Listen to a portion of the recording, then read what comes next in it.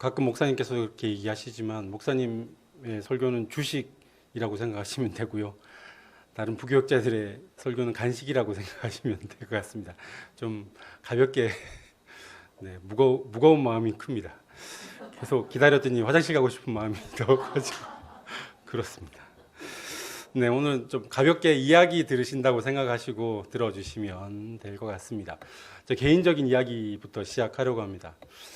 약 한 6년 전에 있었던 일입니다. 6년 전이면 제가 아직 신대원을 다니고 있을 때였고요. 이제 막 결혼하고 좀 지난 시간이었었는데 개인적인 사역으로서는 제가 뭐 이렇게 보시면 제 영상을 가끔씩 이렇게 만들어서 보여드릴 때도 있잖아요. 그 전에도 계속 이렇게 영상을 만들었었는데 뭐 보통은 제 설교에 필요한 영상 그 정도 아니면 뭐 여름 수련회나 어떤 행사가 끝나고 사진 다 모아서 그냥 다 같이 보는 영상 만드는 그런 정도로 이렇게 영상을 만들어 왔었는데 그게 학교 다니면서 이렇게 소문이 조금 나서 아는 친구가 와서 우리 수련회 끝났는데 사진 다 긁어 와가지고 이것 좀 만들어 달라고. 그러면 이제 대충 이렇게 만들어주고 또 그게 한 달이 건너가지고 전혀 모르는 사람인데 다른 교회 전사님이 와가지고 좀 도와달라고 그러면 그것도 만들기도 하고요. 그렇게 해서 조금씩 뭔가 이렇게 도전들이 계속 됐습니다. 학교 내에 있는 기독교 교육 관련 단체에서도 뭐 짧은 영상인데 도와줄 수 없냐고. 그래서 뭐 이렇게 하다가 그것도 되고요. 그러다가 이제 나중에는 이제 정말 가끔 이제 총회 영상도 만들어 본 적이 있거든요. 그렇게 점점점 이렇게 되면서 이것도 하나님께서 나에게 주신 달란트인데 이제는 조금 더 좀 전문적으로 좀 배우고 알아야 되는 거 아닌가 하는 그런 생각이 들기 시작했습니다. 왜냐하면 그때 이렇게 이제 개인적으로 혹은 소규모로 영상을 만들던 사람들 내에서 가장 큰 화두가 뭐였냐면 저작권 문제였습니다. 영상을 만들 때 그 안에 들어가는 글자, 글꼴을 이쁘다고 그냥 막 썼다가는 이제 저작권 협회에서 이렇게 경고장이 오기도 하고요. 혹은 사진 같은 경우에도 그냥 내가 쓸만하다고 뭐 구글이나 네이버나 다음에서 그냥 긁었다가 영상에 넣었다가는 제가 다세연이라는 단체에 있을 때에 이렇게 소장이 날아온 적이 있습니다. 협회 다세연 단체로 사진 썼다고 그걸 전문적으로 노리시는 분이시더라고요. 함부로 쓰면 안 되겠구나 하는 생각이 들었습니다.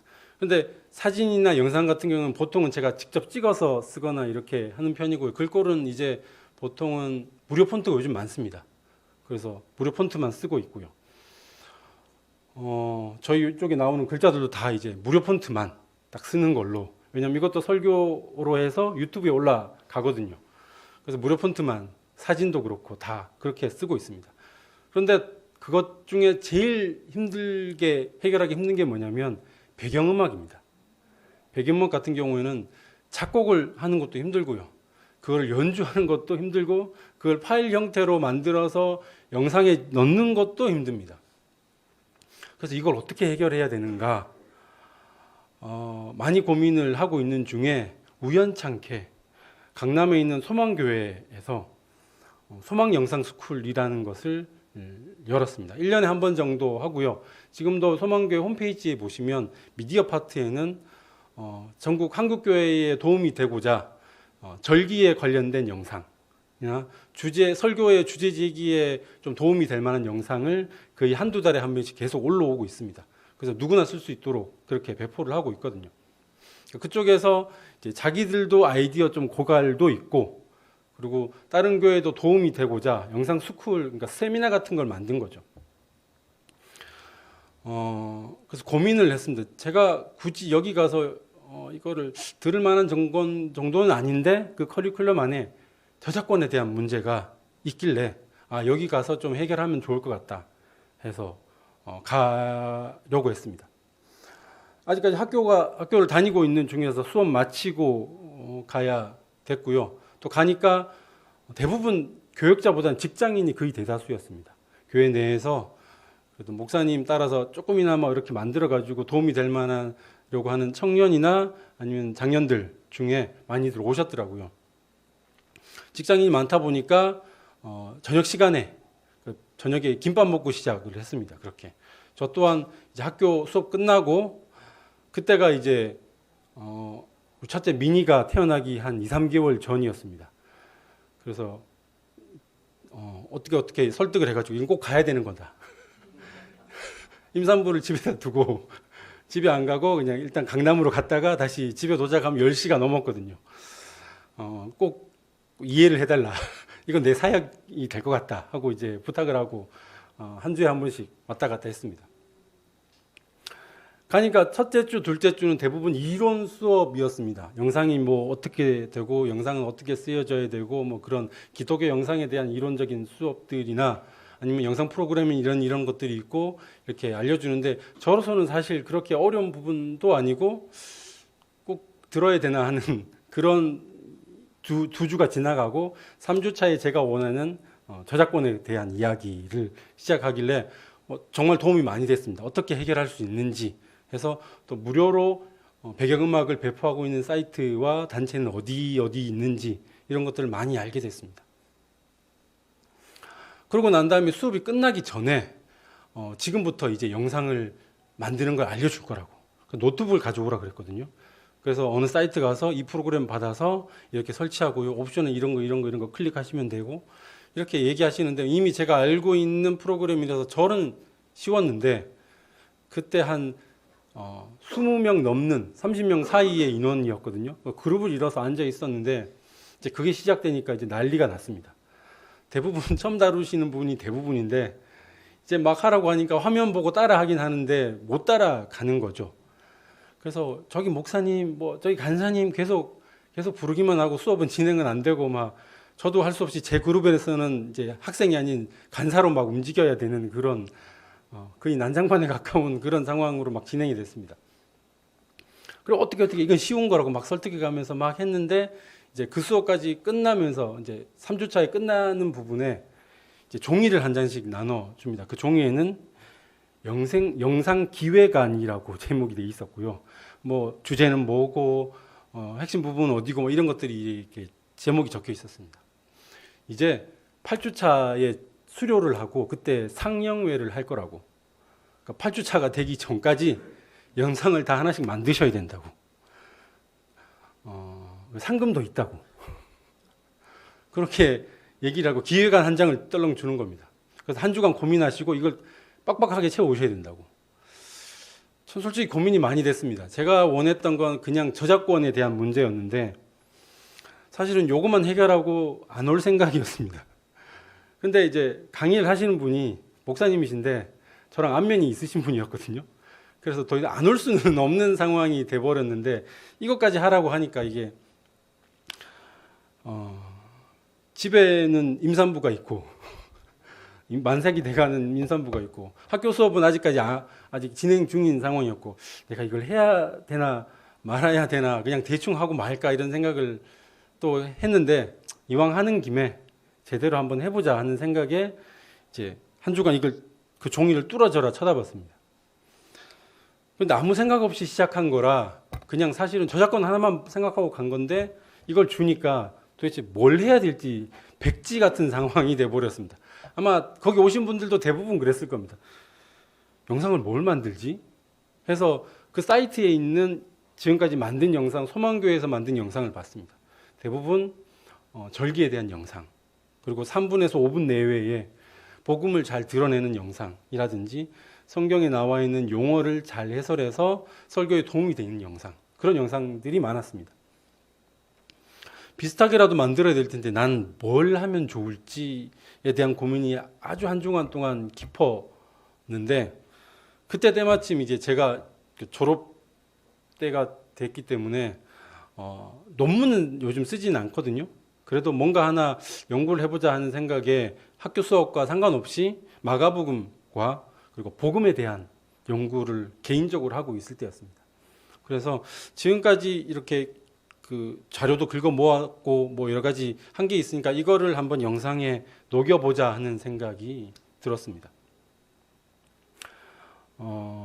오늘 말씀 마가복음 1장 1절을 보시면요. 하나님의 아들 예수 그리스도의 복음의 시작이라라고 되어 있습니다. 마가가 이 글을 썼을 때 가장 중요한 단어를 짚으라고 했다면 하나님의 아들보다는 예수 그리스도보다는 복음이었습니다. 왜 그렇게 얘기하지 않습니까? 그 한국 말은 끝까지 들어봐야 알고 영어는 보통 주제가 앞에 드러난다고 하죠. 그래서 한국어로 봤을 때 복음의 시작이라가 중요한 것 같고요. 영어를 보시면 The beginning of the gospel 하고 about Jesus Christ, the Son of God이라고 되어 있습니다. 어느 번역본을 보든지 간에 이 한 구절의 핵심은 복음입니다. 가스펠입니다. 굿뉴스입니다. 마가가 이 복음서를 처음 썼을 때는 영어로 쓴 것도 아니고 당연히 한글도 쓴 것도 아니고 그 당시 로마가 지중해를 전체를 지배하고 있던 시대였는데 라틴어가 아닌 헬라어를 썼습니다. 왜냐하면 대부분의 대중들은 전체적으로 헬라어를 썼습니다. 상류층만 라틴어를 썼지 그 밑에는 헬라어가 훨씬 더 많이 사용을 했습니다. 때문에 언어에 강했던 마가는 헬라어로 이거를 썼습니다. 복음은 헬라어로 한 번씩 들어보셨을 것입니다. 유앙겔리온이라는 단어를 사용합니다. 유앙겔리온. 이 단어가 어원이 사실은 이 단어가 조합된 단어이거든요. 한 단어. 지금은 유앙겔리온 하면 복음, 기쁜 소식이라고 이렇게 쉽게 인식할 수 있지만 처음 시작은 그게 아니었습니다. 그 시작을 어디서 잡을 수 있는지 여러분들 아마 한 번은 들어보셨을 거라고 생각을 합니다.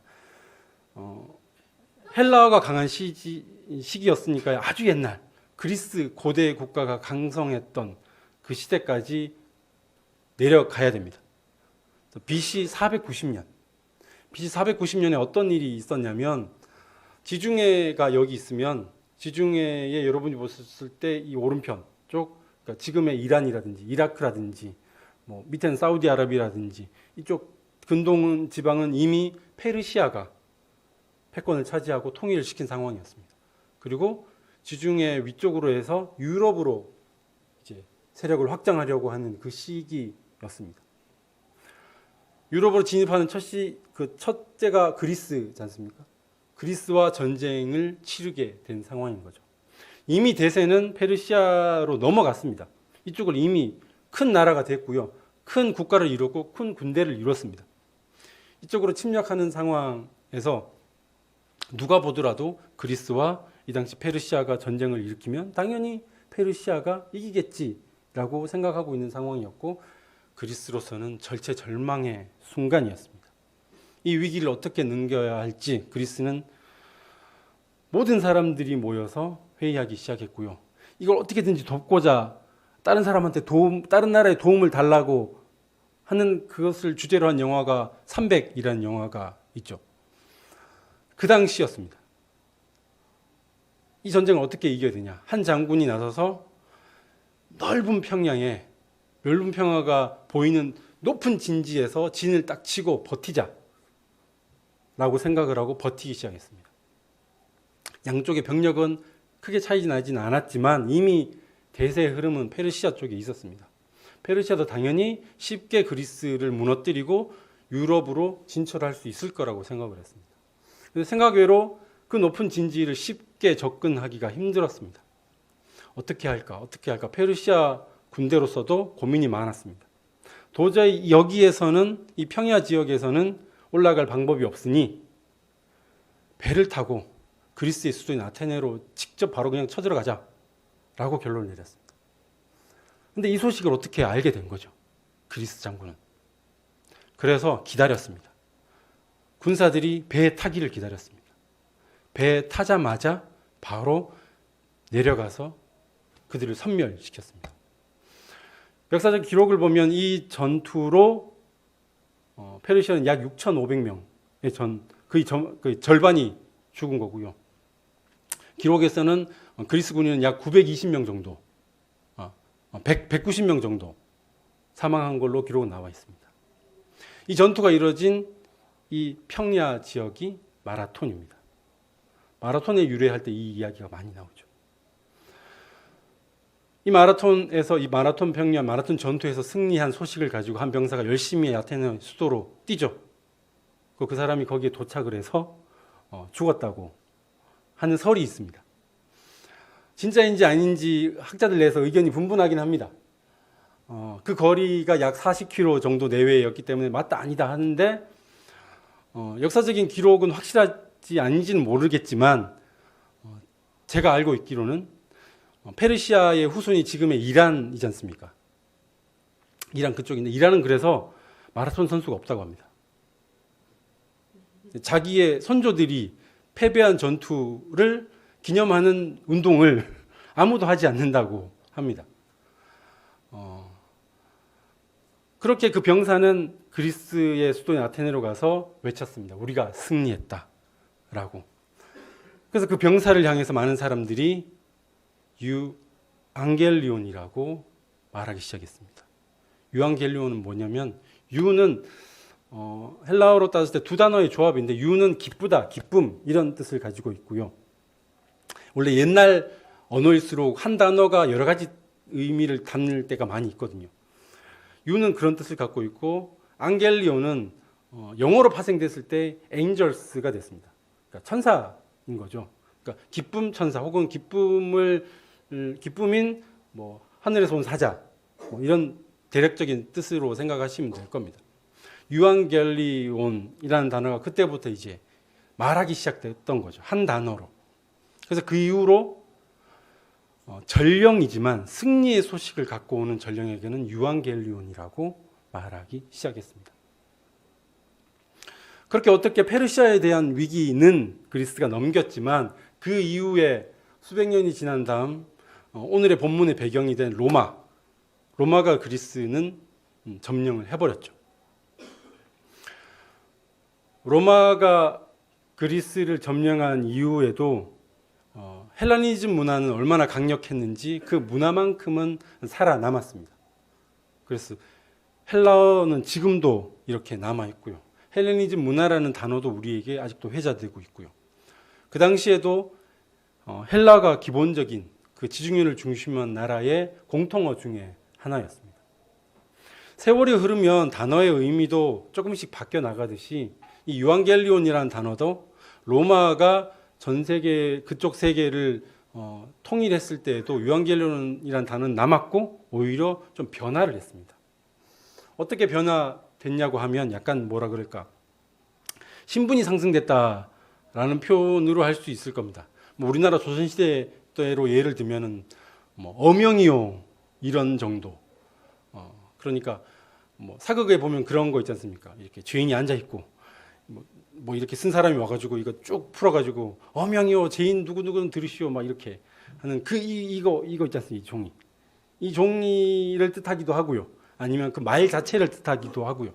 그래서 왕이 누구에게 내리는 말이나 글 혹은 그 반대로 어떤 소식이 있어서 황제에게 올라가는 글이나 말을 유앙겔리온이라고 표현하기 시작했습니다.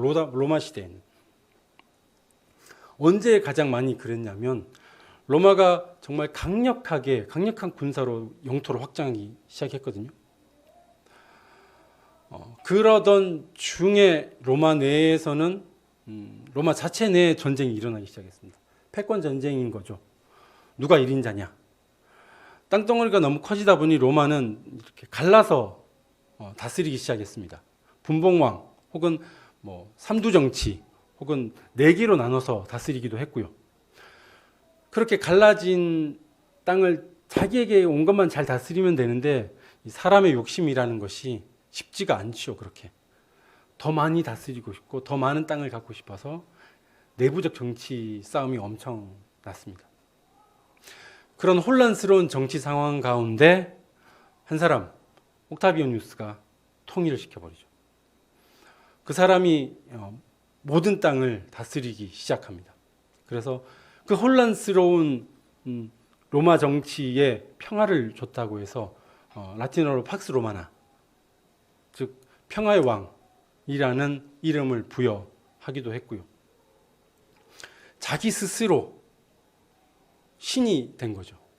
근데 자기가 신이 아니라 나의 아버지인 율리우스 시저 카이사르에게 신을 부여하고요. 자기는 신의 아들 Son of God, 부여했습니다. 그리고 황제의 이름으로 소식을 남발하기 시작합니다. 그때마다 유앙겔리온스가 돌아다니는 거죠. 특히 어느 나라를 침략하거나 어떤 도시를 침략하거나 어떤 마을을 침략했을 때 거기에 있는 모든 사람들을 한 장소에 모이게 합니다.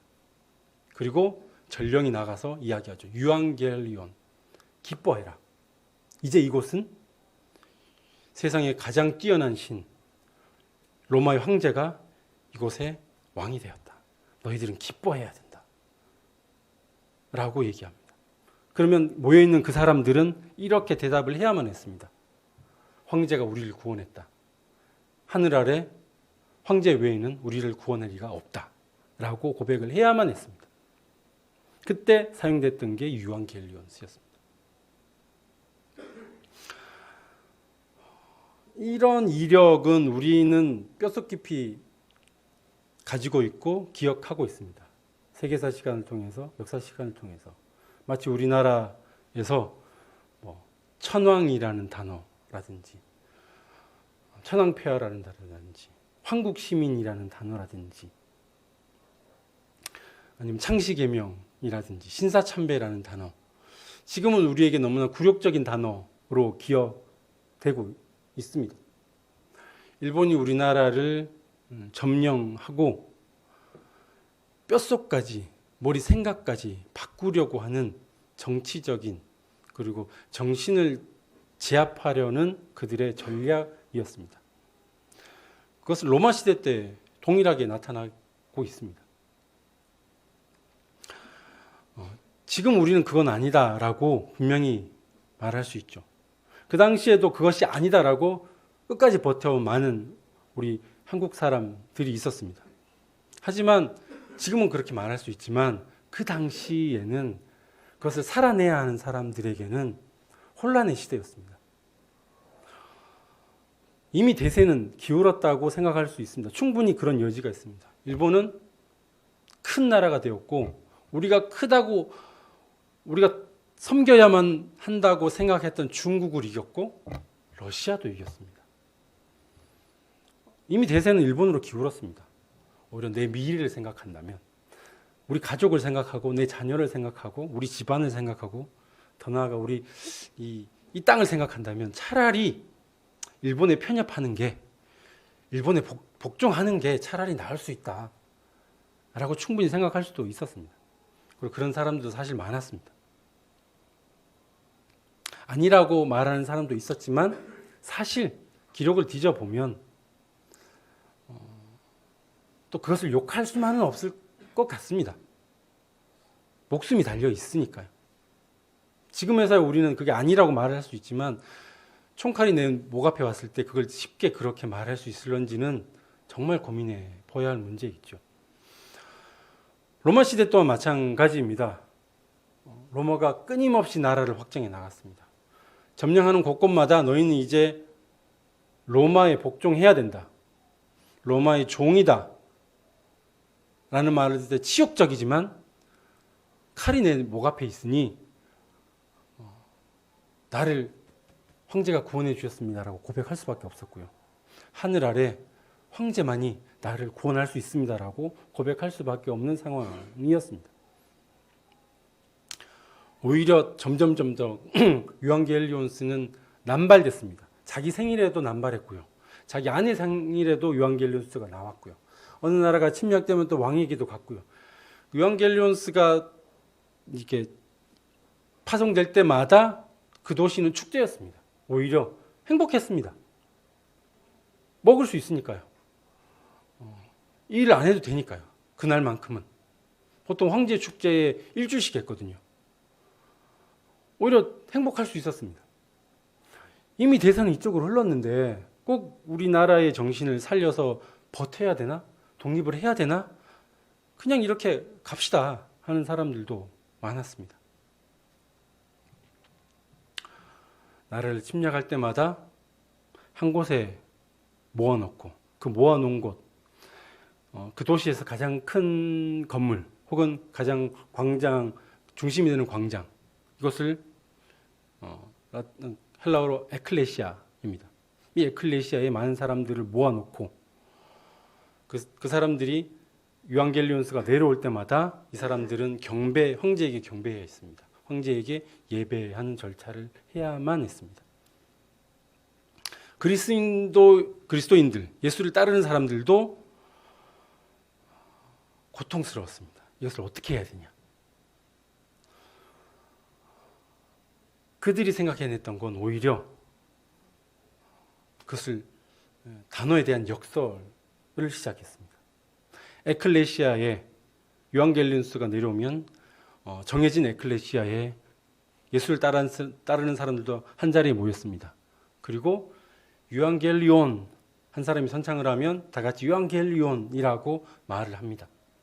그리고 사회자가 낮은 목소리로 예수께서 우리를 위해 죽으셨습니다 라고 얘기합니다. 유앙겔리온하고 크게 유앙겔리온을 외칩니다. 예수께서 우리를 위해 이렇게 말씀하셨습니다 라고 말을 이어갑니다.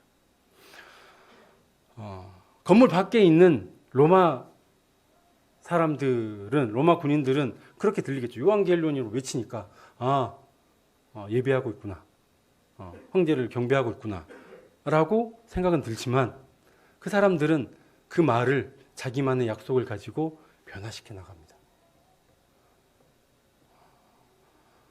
그렇게 자기들만의 믿음을 가지고 내가 이 말을 한다고 해서 하나님에 대한, 예수님에 대한 믿음이 변한 것이 아닙니다 라고 자기들만의 약속과 부호와 신호를 가지고 이야기하기 시작합니다.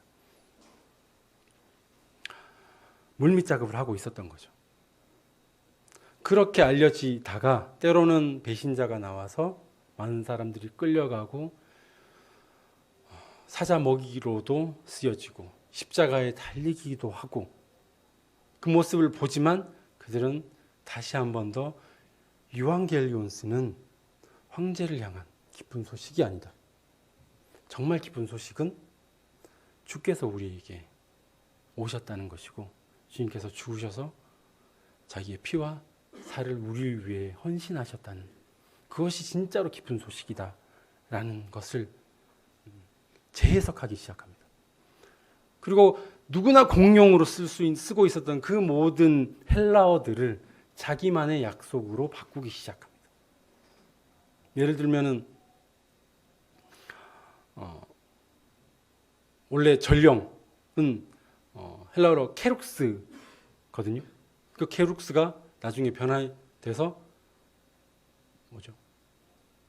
케르그마로 바뀌게 됩니다.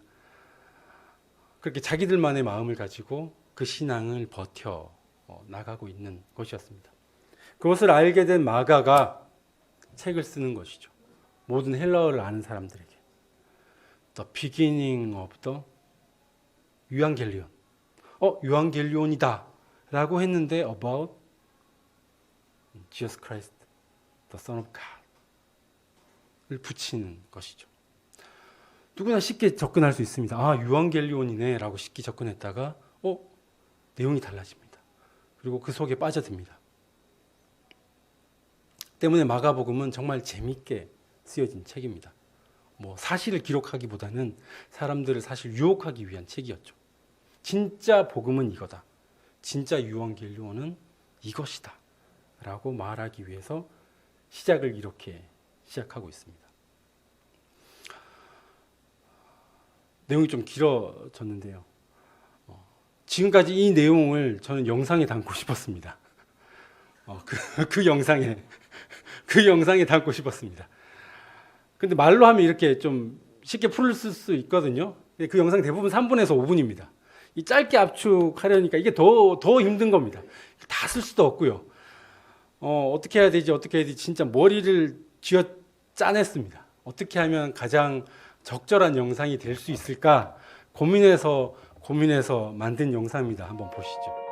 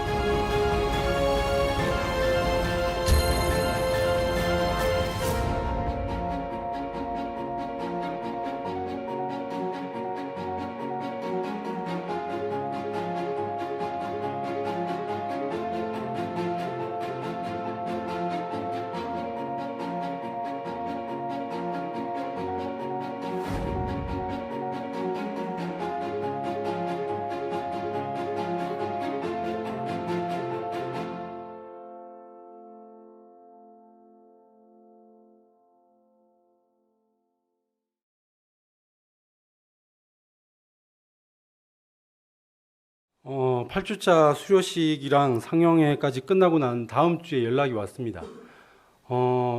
전사님 1등 하셨습니다. 축하드립니다. 계좌번호 알려주시죠. 상금이 만만치 않았습니다. 진짜로. 그래서 이것도 하나님 주신 저에게 주신 은사고 또 복음에 쓰이라고 주셨으니까 이거를 이 상금을 좀 더 복음이 잘 드러나는 그리고 예수 그리스도 잘 드러나는 영상을 만들기 위해서 새로운 장비를 사면 어떨까 하는 생각도 들었는데 그 당시 저는 그랬습니다. 그 상황이 민희가 태어난 지 얼마 안 됐고요. 아내가 그 산후조리원도 못 가 가지고 아내를 위해서 이거는 보약을 지어서 아내한테 다 썼습니다. 비싼 보약 써서. 근데 그것이 저는 이것이 복음이 되는 상황이고 복음이 되는 방법이라고 생각을 했습니다. 사실 복음이라는 것을 조금 무겁게 생각할 때도 많이 있습니다. 목숨을 다 바치거나 예수 그리스도와 직결시켜서. 하지만 우리 삶 속에 조금만 고민하고 조금만 뒤집어 생각해 보면 하나님의 뜻에 맞추어진 작은 행동들, 작은 생각들, 단 한 사람을 위해서라도 뭔가를 하는 말과 행동이 그 사람에게 기쁜 소식, 참으로 즐거운 소식, 복음이 될 수도 있거든요.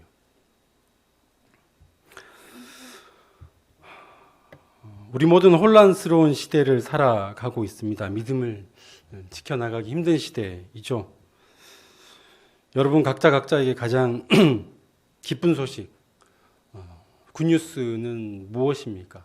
어제 설날이었는데요. 친지들과 가족들과 만나서 꼭 이럴 때면 뭔가 한마디 하는 데 있어서 내가 작년 한 해 어떻게 살았는지 이렇게 멋있는 뭔가를 이룬 그런 말들을 해야 될 것만 같은 그런 이렇게 분위기도 있고 한데 그럴 때 들었던 생각이 내가 말해야 되는 기쁜 말이 무엇으로 생각이 나셨습니까? 혹시 세상의 가치에 그것을 두고 이것이 기쁜 소식입니다라고 생각한 건 아닌지 혹은 크게 거창하진 않더라도 내가 이런 기쁜 일을 했습니다 라고 말할 수 있었던 것은 무엇인지 한번 생각해 볼 수 있는 좋은 날이지 않을까 생각이 듭니다. 사실 이제는 복음을 단지 복음 이꼬로 예수님이라는 것에 그 공식에 묶어두기만 할 때는 아닌 것 같습니다. 복음은 예수께서 우리에게 원하시는 우리의 삶, 우리가 살아내야 할 삶입니다. 초대교인들과 같이 자기의 삶으로 복음의 씨앗을 뿌리며 살아가는 참된 그리스도인 되시기를 여러분 각자가 참된 복음의 증인이 되시기를 간절히 축원합니다. 기도하겠습니다.